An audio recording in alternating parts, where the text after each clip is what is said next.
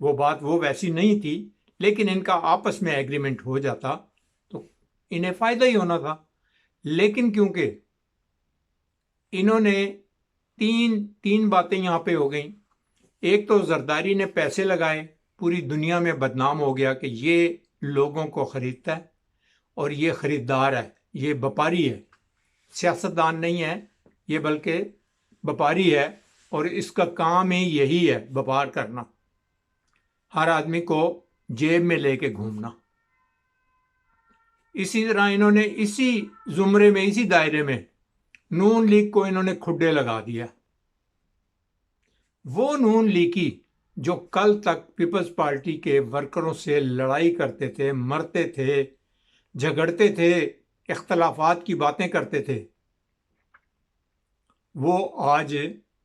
کیا اپنا منہ لے کے جائیں گے اور کہیں گے جی کہ پیپلز پارٹی زندہ باد؟ جیسا کہ وہ ایک جگہ ایک لکھا ہوا آتا ہے کہ بلاول کہہ رہا ہے کہ میرا باپ دنیا میں سب سے نیک اور ایماندار ہے، اگر کسی کو شک ہے تو وہ نون لیگ یا مریم نواز سے یا شہباز حمزہ نواز سے یا نواز شریف سے، ان میں سے کسی سے بھی تصدیق کروا لیں کہ میرا باپ نیک، ایماندار اور اچھا ہے۔ آپ دیکھیں کہ وہ شہادت بھی وہ کن سے دلوا رہے ہیں اور کن کی گواہی دلوا رہے ہیں، جو یہ نیلے اور وہ دیلے۔ اب آپ بتائیں کہ کیا آدمی کس کے بارے میں کیا رائے رکھے کہ کون ان میں سے اچھا ہے اور کون برا ہے؟ یہ تو عوام کو سوچنا چاہیے اور عوام کو دیکھنا چاہیے کہ انہوں نے پہلے ادوار میں جتنا کچھ عوام کو بگاڑ دیا ہے اور جتنا کچھ عوام کے حقوق پہ ڈاکہ ڈالا ہے، اگر اسی چیز کا ان سے حساب لیا جائے نا تو یہ لوگ میرا خیال ہے ملک کیا دنیا بھی چھوڑنے کے لیے جو ہے نا تیار ہو جائیں گے کہ یہ ہمارے پہ عذاب آ گیا اس دنیا میں ہی۔ ہم تو سمجھتے تھے کہ آخرت میں حساب ہوگا، تو یہ تو اللہ نے ہمیں یہیں پہ حساب دینے کے لیے بھیج دیا ہے۔ اللہ نے حساب یہیں پہ لینا شروع کر دیا ہے، اور ہم سمجھ رہے تھے، یعنی بقول ان کے کہ بھئی سنا ہے، جیسے مولانا فضل الرحمان کہتے ہیں کہ میں نے سنا ہے کہ بھئی آخرت میں حساب ہوگا، تو یہ تو دنیا میں بھی حساب ہونا شروع ہو گیا۔ تو ایسا قمر زمان کائرہ جو کہہ رہے تھے کہ ہم کورٹ میں جائیں گے، آپ نہیں جائیں گے، یہ 100% صحیح ہوگی بات۔ کیوں کہ آپ کو پتہ ہے کہ جو ہم نے کل چوری کی تھی اس کی شہادت بھی ہمیں دینی پڑے گی۔ ابھی تو 22 تاریخ کو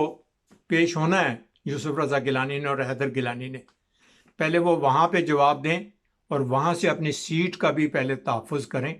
اور کوشش کریں کہ وہ سیٹ اگر بچ جائے۔ جھوٹ سچ تو انہوں نے بولنا ہی ہے، کیونکہ فاروق ایچ نائک جس پارٹی، میرا خیال ہے فاروق ایچ نائک سے تو شیطان بھی جو ہے نا وہ بھی کہتا ہوگا او یار یہ جو تم بات کر رہے یہ تو میرے ذہن میں بھی نہیں تھی، یہ تمہیں کہاں سے، تم تو میرے بھی استاد نکلے ہو۔ یہ ایسے لوگوں کی نگرانی میں آگے چلتے ہیں اور کیس چلاتے ہیں اور ان سے رہنمائی لیتے ہیں، جو کہ شیطان کے بھی استاد کہلاتے ہیں۔ یہ جائیں گے نہیں کبھی بھی کورٹ میں، کیونکہ انہیں 10 دن پہلے کا جو واقعہ ہے وہ انہیں یاد ہے اچھی طرح کہ ہم نے جو زور بازو پہ جو کچھ کیا تھا وہ ہمارے سامنے آ رہا ہے۔ وہ حیدر گیلانی کا کلیہ جو ہے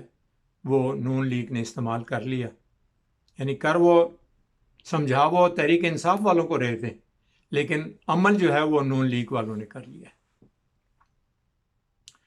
مجھے اجازت دیجیے، میرے چینل کو سبسکرائب کیجیے اور کمنٹس میں کوئی مجھے مشورہ دینا چاہیں۔ وآخر دعوانا الحمدللہ رب العالمین، والسلام علیکم ورحمۃ اللہ وبرکاتہ۔